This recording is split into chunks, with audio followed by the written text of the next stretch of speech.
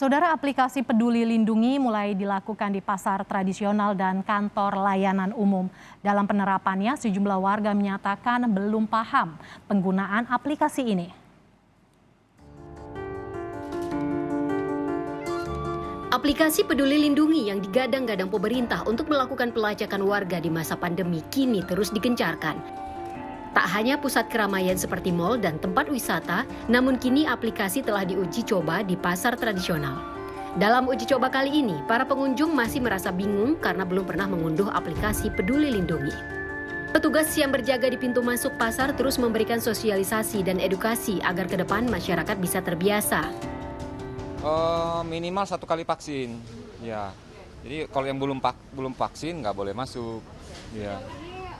Banyak ada Pak yang belum vaksin atau tidak menggunakan aplikasi, itu kendalanya seperti apa? Kendalanya paling loadingnya, Mbak. Kalau loading itu posisinya di luar baltos atau ngeloading, itu sih. Atau kadang udah ada kartu vaksinnya, scan, tapi merah. Ada juga, iya. Meski merasa kesulitan karena sudah menjadi aturan, para pengunjung pasar tetap harus menerapkan dengan persyaratan minimal 1 kali dosis vaksin. Masih ribet kecuali kalau misalnya emang ke mall yang emang buat kita jalan-jalan atau gimana, emang kan diharuskan menggunakan scan barcode dari Peduli Lindungi. Syaratnya gimana tuh untuk ke pasar, mending pakai scan barcode atau nggak usah? Nih saya sih kalau ke pasar doang kayaknya nggak usah sih ya, asal ditanya aja udah vaksin atau belum ya, kayak gitu doang. Penerapan aplikasi Peduli Lindungi di tempat-tempat pelayanan publik memang masih ditemukan sejumlah kendala. Bukan soal aplikasi, namun warga yang belum paham cara penggunaannya. Di Klungkung, Bali, tempat pelayanan umum bahkan sudah menerapkan aplikasi Peduli Lindungi untuk melakukan pelacakan warga. Salah satunya di pelayanan SIM dan pelaporan kepolisian. Sama tadi, makanya masih bingung makanya. Iya. Sudah vaksin berapa kali? Ada dulu. Sudah 2 kali. Itu rencananya mau nyari SIM apa gimana? Saya cari SIM A. Oh, nyari SIM ya. Tadi pertama sih masuk ke sini maksudnya nggak bisa. Oh, gendan. Okay. Agak kaku ya. Ya. Saking nabi. Pemasangan alat Peduli Lindungi di kantor pelayanan publik hanya untuk mengetahui sejauh mana vaksinasi dilaksanakan.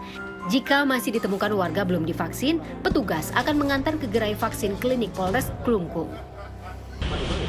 Pelayanan kepolisian, baik itu Polres sampai dengan Polsek, wajib men-scan barcode untuk akses Peduli Lindungi di setiap kantor-kantor pelayanan yang ada di Kabupaten Klungkung, khususnya Polri.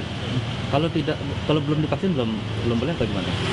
Nanti di aplikasi tersebut sudah tertera yang bersangkutan sudah vaksin apabila terdeteksi pernah dirawat pun terscan di Peduli Lindungi.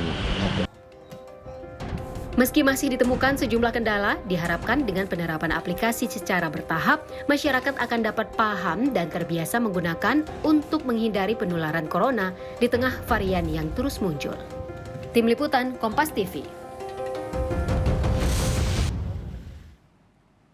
Saudara, kita sudah terhubung dengan jurnalis Kompas TV, Abel Insani, yang sudah ada di salah satu pasar tradisional di kawasan Jakarta.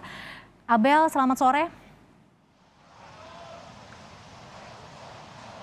Bagaimana penerapan aplikasi Peduli Lindungi di pasar? Apakah ada kendala yang ditemukan oleh warga di sana, Abel?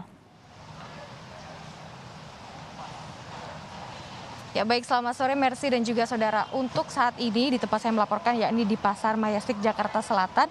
Kalau terkait dengan kendala tentu saja ada, Mercy, karena memang kita mengingat ini adalah uji coba yang baru dilakukan sejak kemarin begitu.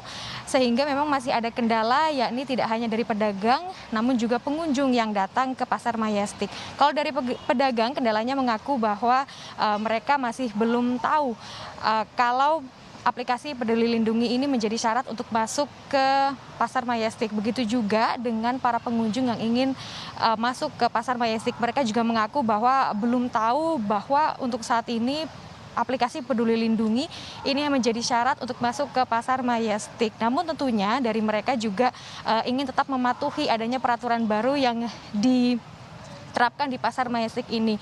Tak hanya kendala penyuluhan yang dilakukan oleh para petugas kepada para pengunjung ataupun juga pedagang, namun kendala lainnya yang dikeluhkan oleh para pengunjung adalah mereka yang belum memiliki aplikasi Peduli Lindungi. Jadi mereka yang tidak memiliki handphone atau tidak, maksud saya lupa membawa handphone ke Pasar Majestic, maka mereka tidak bisa masuk. Namun dari hal ini, dari petugas juga masih memberikan keringanan bahwa mereka yang tidak memiliki handphone dan tidak memiliki, maksud saya tidak bisa menunjukkan aplikasi Peduli Lindungi dan tidak bisa scan barcode Peduli Lindungi di Pasar Majestic, maka mereka diminta untuk membuktikan bahwa mereka sudah divaksin dengan sertifikat vaksin, ataupun juga mereka diminta untuk menunjukkan NIK atau nomor induk kependudukan, sehingga dari situ petugas bisa cek apakah mereka memang benar-benar sudah terdaftar dan sudah divaksin minimal 1 kali. Karena mengingat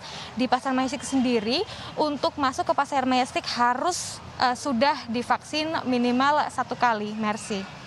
Hanya pengunjung yang sudah divaksin yang bisa masuk. Lantas bagaimana dengan vaksin para pedagang? Apakah sudah semua divaksin, Abel?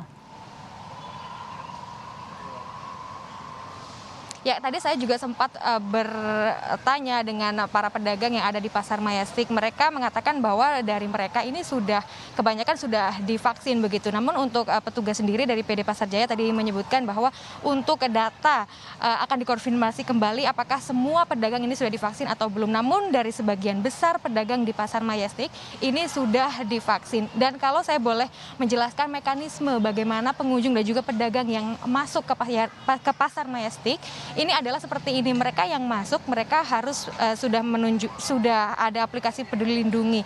Lalu setelah itu mereka sebelumnya akan diminta untuk cuci tangan terlebih dahulu oleh petugas, dan tempat cuci tangan yang sudah disediakan di depan pintu masuk.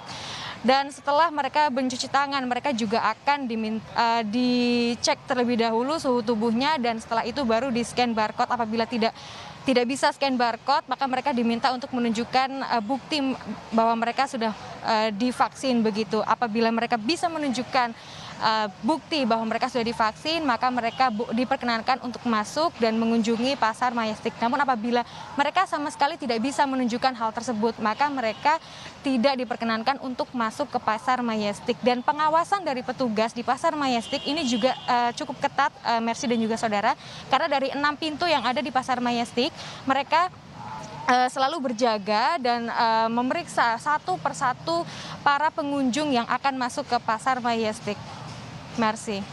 Terima kasih jurnalis Kompas TV Abel Insani melaporkan langsung dari kawasan Pasar Majestic, Jakarta Selatan.